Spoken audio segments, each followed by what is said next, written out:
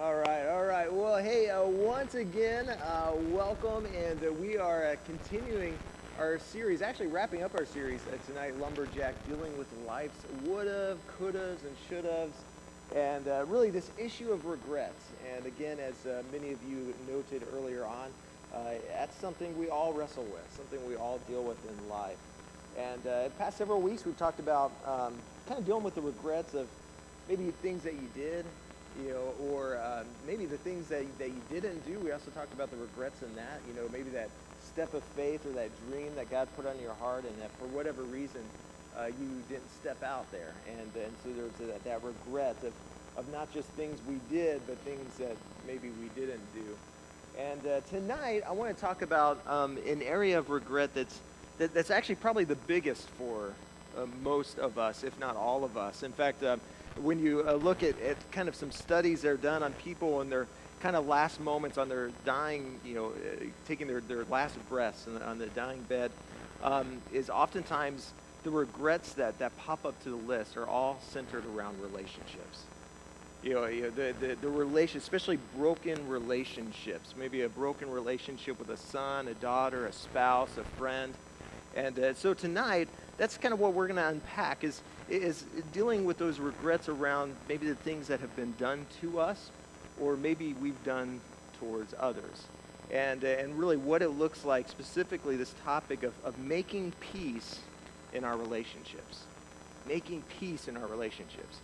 So I don't know whether you realize this or not, but peace, the topic of peace is actually a pretty timely topic given the calendar, where we're at on the calendar right now. Because whether you realize it or not, Christmas is less than 2 months away, right? I mean, in fact, actually, countdown to Christmas Hallmark Channel movies have already started. Yes, yeah. So, the countdown has begun, and you can go to Starbucks, you can get your peppermint mochas already. And typically around this time of year, I can always count on my Oklahoma Sooners football team starting to tank. And so it's right about that time of year, yeah. So, but I love Christmas, and there's a lot of reasons why I love Christmas. But one of the things I love most about Christmas is sort of this message of peace. It's just sort of this season we kind of come into, and it's like peace on earth, and this message that sort of just resonates in everything that we do and everything we experience in the season, which rightfully so. I mean, that's why we gather. That's why we celebrate, Christmas in the coming months. In fact, Isaiah 9 kind of speaks about this and speaks about, just the reason that we celebrate it. This answer to prophecy, and we see in Isaiah 9 Isaiah 9 verses 6 through 7. It says, "For to us a child is born, to us a son is given, and the government will be on his shoulders, and he will be called Wonderful Counselor, Mighty God, Everlasting Father," and get this, "Prince of Peace. Of the greatness of his government and peace there will be no end." See, so, one of the reasons we don't just celebrate the arrival of the Son of God and ultimately what he would do for us on the cross. We celebrate this message of peace, this ushering in of peace on earth. Now, as you hear that, I'm sure there's more than a couple kind of cynics or skeptics like, "Whoa, wait a second. All right, so you're saying that, he's answering this prophecy that there should be peace on earth. If that's the case, why do we live in a world that doesn't seem very peaceful?" Right? I mean, especially nowadays. We don't live in maybe the most peace-ridden society. In fact, actually, if you just take, just some kind of random stats here on just in terms of our culture and world, just over the past 2,000 years, I found it interesting that there's, in the past 2,000 years, since Jesus was born and walked on earth, what we find is that 14,553 wars have taken place on the planet since then. That's a lot of wars. In fact, if you break that down, it averages out to 7 major conflicts are happening on the globe every single year. And you might sit there and think, well, okay, that's great, but that's kind of back then. A lot of those major wars, a lot of those fights, a lot of that anger, that was more archaic. We're at least on the trajectory towards peace. Like as we're developing, as we're maturing, as we're growing as a society and a culture, and in fact, and so much so that in 1945 we actually created an institution committed to promoting world peace. Does anyone know what that institution was? Yeah, United Nations. But here is actually maybe one of the most startling facts on sort of the lack of peace, I guess, if you will, in our world today, is that since the formation of the UN, there's not been a single day on Earth where there has been peace across the entire planet, void of a major military conflict. Not a single day. And again, I share that with you because again, what you're going to come to discover is there's a couple reasons why we don't experience peace. The peace that we're talking about. And one of them is that what you discover is that peace and people don't naturally mix.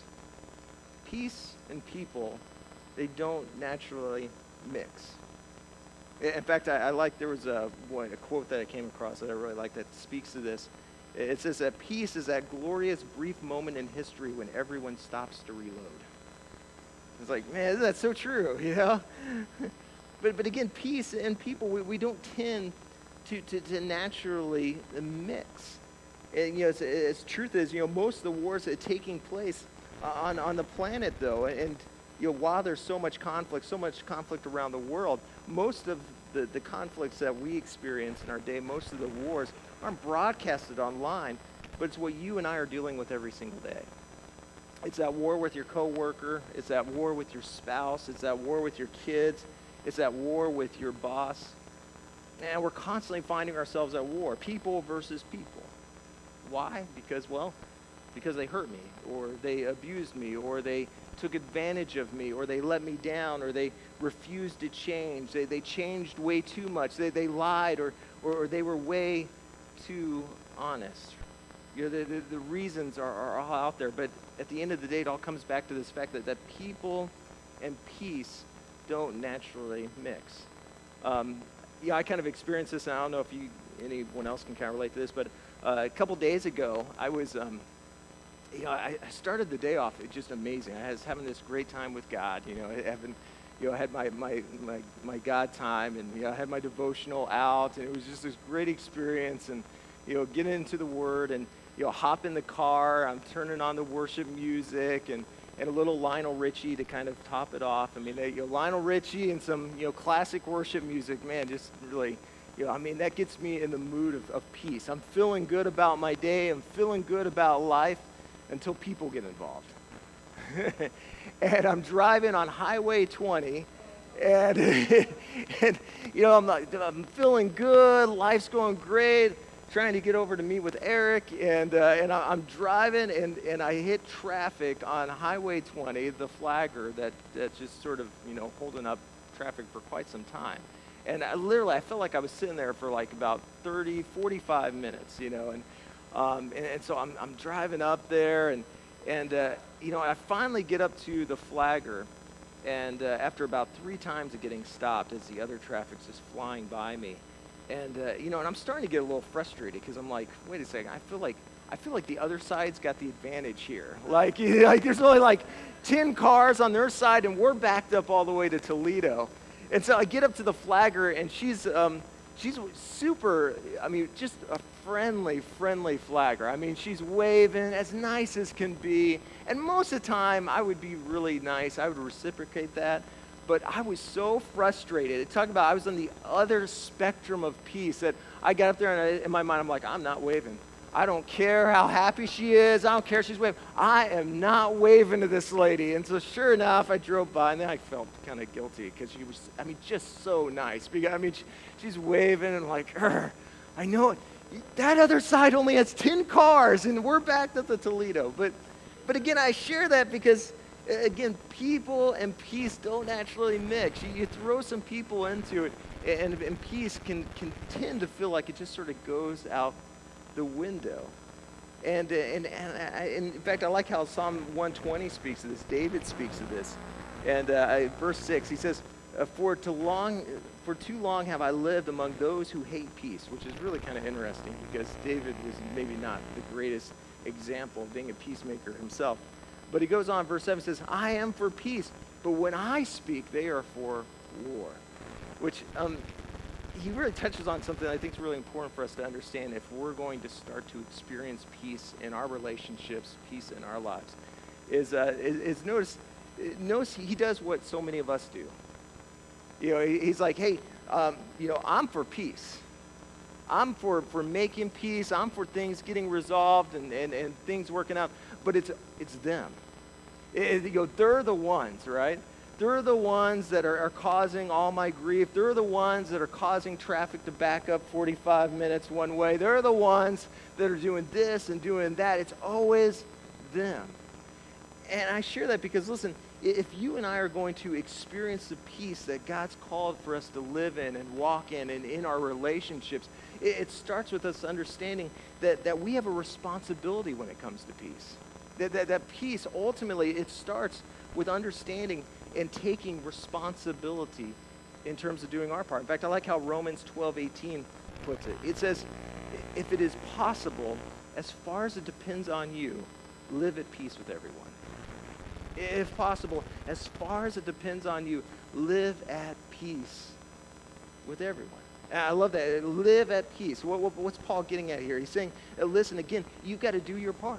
You got to realize that experiencing peace, living in peace, ushering in this season of peace, it begins with you and I. Taking responsibility, doing our part, doing what we can do to establish peace in our relationships and peace with those around us. In fact, I put it in my notes this way, is that to have peace within you, you must live at peace with those around you. You want to experience peace over these next several weeks and next several months, you got to learn what it is to live at peace with those around you. And for some of us, it starts with just taking some responsibility. Recognizing that listen, maybe, just maybe, the chaos, the frustration, the issues all around it isn't all their fault. But I might just have a little part to play in that as well. See, we got to take responsibility.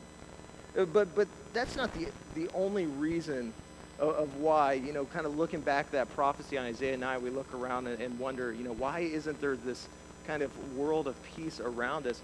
The other thing we've got to get is that the reason we don't always so much experience peace is not just that people and peace don't naturally mix and that we've got to take some responsibility with it, but it's also understanding that he came to bring a peace that's not found in the absence of conflict, but in the midst of it. Not in the absence of conflict, but in the midst of it. In fact, he came actually and walked on this earth for 33 years to not just empower and embolden us to be able to work and manage our way through conflict and issues, but to really model it, to really model what it looks like to live out peace. And in fact, it's through his life and through his modeling, through his example, that we see kind of three things that I think you and I have to hold on to if we want to step into finding peace in our relationships and getting beyond sort of those regrets of broken relationships in our life. And the first thing is understanding this, is that you won't find peace until you make peace. You won't find peace until you make peace. I think so many people were waiting for something to happen, that God has given you every bit of power really to do yourself. Like we're all waiting for the supernatural work of God to somehow, convict their heart, somehow change them, somehow do a work on them, somehow to get them to acknowledge that they did me wrong, or they messed up, or they screwed up somehow. And yet the reality is that the power, the empowering it, shall we say, to really live out peace is really, it's found in him. It's something we already have in him and through him. With Christ living in us, we've got the power and we've got the potential. We've got all that we need to step into and experience peace around us. But it starts with understanding that peace, it's never found, peace is made. Peace is never found. You don't just accidentally stumble across it. Like just walk into, oh man, I feel so peaceful today. It just, I'm at peace with that person. It just like it instantly happens. No, peace is never found. Peace is made. Last week, Greg spoke, and which didn't Greg do a great job? I love Greg. Greg's one of my closest friends, and he's sort of a mentor of mine, really, in ministry. And I remember years ago, sitting in Greg's office, and I was just not having one of my best days, and so I was frustrated. I was kind of complaining to him, kind of whining to him, and there's a person that I really felt like had kind of done me wrong, and I'm like, Greg, I don't know what to do, I mean, geez, I'm praying for God to do work on them, because I mean they did me wrong in this. And I remember Greg, just kind of stopping me about halfway through. He goes, Seth, are you a peacekeeper? And I was like, well, yeah, kind of. I mean, yeah, isn't that kind of what I'm supposed to do? Kind of keep the peace with this situation and stuff, and keep the peace, and and the staff and everything. And Greg kind of looks at me. He goes, no. He goes, no. Look, has God called you to be a peacekeeper or a peacemaker? Because there's a difference. See, it's a peacekeeper. They just kind of allow things to just sort of exist, allow things to kind of go around. They don't actually do anything to solve the problem or to create peace. But the reality is that as we're gonna discover, is that God has not called us to be peacekeepers. He's called us to be peacemakers. Because again, peace isn't something that's found. Peace is something that is made. And so I remember Greg, just instructed me. He's like, you need to go talk to that person rather than just talking about the situation. You need to actually go talk to him. And I just remember, like, you don't understand. I hardly ever see the guy. He's never around. I mean, the only thing I can think of doing is showing up to his house. And Greg's like, well, that's what you got to do. If you got to be the creepy guy that's showing up, sitting there on his driveway waiting for him to come, you need to do it. Because again, we're called to be peacemakers, not simply peacekeepers. And in fact, Matthew 5:9 really puts it this way. This is the words of Jesus here. He says, blessed are the peacemakers, for they will be called the children of God. They'll be called the children of God. Now, when he's saying that, it's not like, people are going to look at you and all of a sudden say, that is a child of God. Look at that halo over them. Look at the glow. Look at the complexion they have. No, he's saying the way that people are going to recognize you and I as children of God is when there's peace that's being made around us and from us in our lives. In other words, when you walk into a situation, when you walk into a room, when you walk in at work, when you walk into your house, are you creating drama?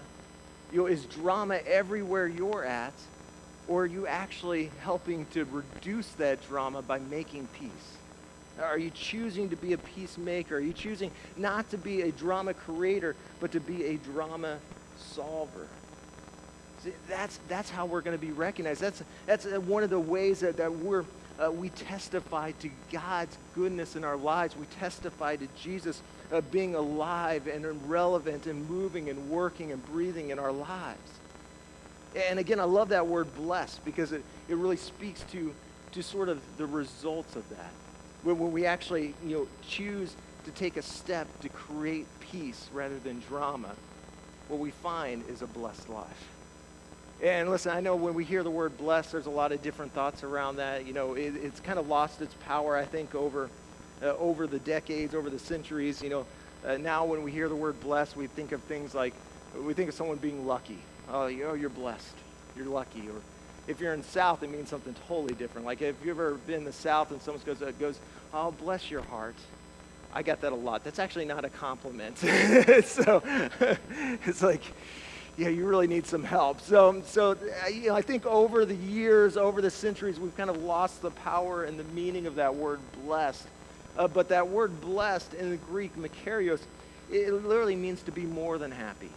More than happy. It's not just simply happiness, because happiness is for a moment. Happiness is for a moment, but speaking of joy, which is so much more than that. In fact, it's interesting, this past week, I don't know if you noticed, but Einstein, Albert Einstein had this note. It was sort of the theory of happiness. And it sold, get this, it was amazing, sold for $1.56 million, this note, his theory of happiness. And this is what it is. It's only a sentence, which is kind of the amazing thing about it. So here is Albert Einstein's theory of happiness. He says, a calm and modest life brings more happiness than the pursuit of success combined with constant restlessness. So there you go. You don't have to spend $1.56 million for it. He just gave it to you for free. Look at that. But what's he talking about? It's talking about peace. This blessing that comes when we live lives, when we choose to be peacemakers, not just peacekeepers.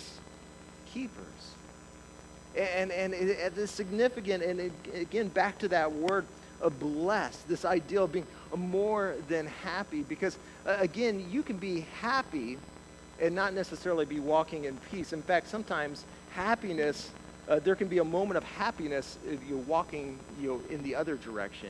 In fact, just to kind of illustrate this, I think of it this way, I love Krispy Kreme donuts. Any Krispy Kreme donut fans? Yeah. I think, there's just something